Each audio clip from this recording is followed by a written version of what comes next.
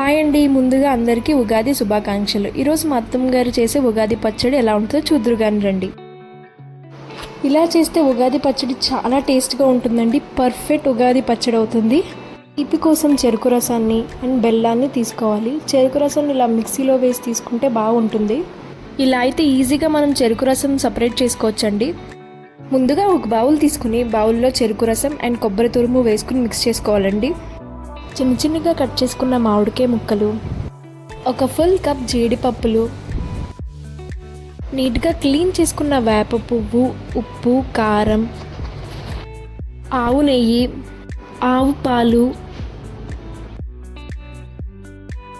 స్వచ్ఛమైన తేనె, చింతపండు రసం,